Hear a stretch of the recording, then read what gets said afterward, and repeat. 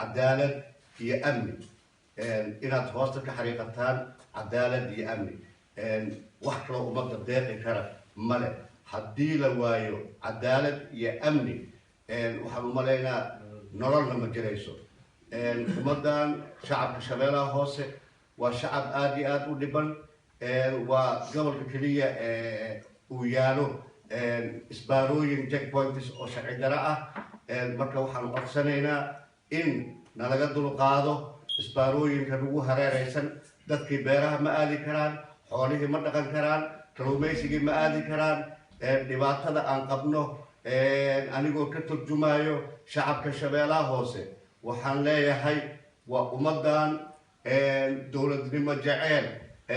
nabad jecel waaye ha nalaga dulqaado isbaarooyinka ku hareeraysan gobolka shabeelaha hoose aan meel kala oolin wadanka meel ay yaaliin isbaaro ma leh ilaa aan ka ahayn gobolka shabeelaha hoose ummadan dowlad jecel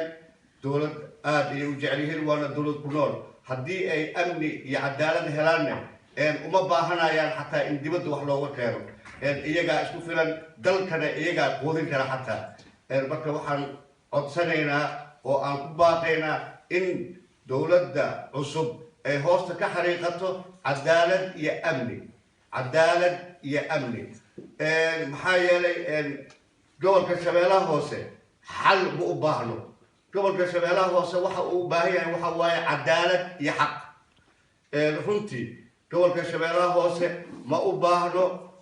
xal ma u baahno waxa uu u baahan yahay waa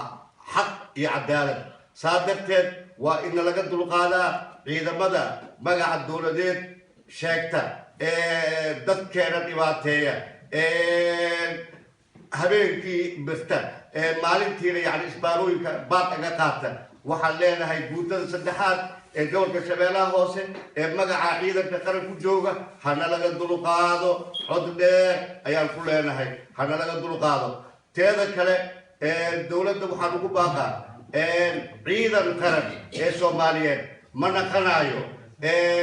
in hal dambiil oo keliya laga soo dhaqaysto yani waxa waaye ciidanka qaranka ah micnihii waxa waaye soomaali oo dhan waa inay wada ahaata ay ku wada jiraan laakiin ciidan qaran oo hal dambiil laga soo dhex bixiyey laga soo soocay ciidan qaran ma noqon karaan saa darteed waxaan leeyahay dowladda cusub haddii aad rabtaan ciidan in aad qorto in ciidan qaran la sameeyo waa in la helaa